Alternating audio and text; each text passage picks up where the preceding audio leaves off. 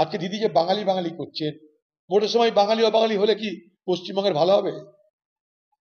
আপনি বলুন, যারাই বাইরে কাজ করে, বাইরে থেকে আমার রাজ্যেও লোক আসে, আমার রাজ্য থেকে বাইরেও লোক যায়, কিন্তু সমস্যাটা হচ্ছে কি, বাইরে থেকে আমার রাজ্যে যদি একটা লোক আসে, আমার রাজ্য থেকে বাইরে 100 লোক যাচ্ছে। এক, 2 নম্বর, বাইরের রাজ্য থেকে আমার রাজ্যে যারা আসছে তারা কেউ ওই জমিতে ধান কাটতে আসছে না, তারা শিল্পে নিয়োগ হচ্ছে।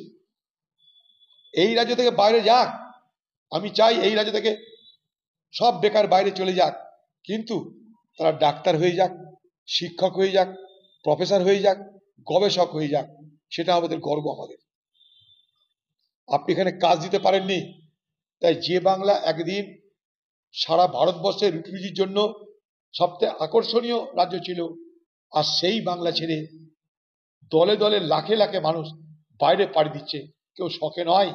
পশ্চিমবঙ্গের তৃণমূল সরকারের ব্যর্থতা এর সব থেকে বড় কারণ। আজকে পশ্চিমবঙ্গের মুখ্যমন্ত্রী মমতা ব্যানার্জির কুমিরের কান্না দেখতে পাচ্ছেন। এতদিন শুনেছেন পরিযায়ী শ্রমিকের কথা? দিদি তো 11 সাল থেকে আছেন, 15 বছর ধরে কখনো দিদির মুখে পরিযায়ী শ্রমিকের কথা শুনেছেন?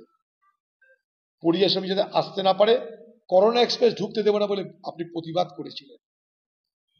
আজ ভোট বড় বালাই, ভোটের মরশুমে আর তো কোনো ইস্যু নেই দিদির হাতে, চারিদিকে চোর আর চোর, ধর্ষক আর ধর্ষক, মাঝখান থেকে যদি একটা নিঃশ্বাস নেওয়ার জায়গা পাওয়া যায়, তাই পরিযায়ী শ্রমিক ইস্যু হয়ে গেল। সেই পরিযায়ী শ্রমিকদের জন্য কিন্তু লড়ছে সেই পরিযায়ী শ্রমিকদের পরিবারের লোকেরা কোর্টে গিয়ে। দিদি কিন্তু সেখানে নাই, দিদি ভোটে আছে।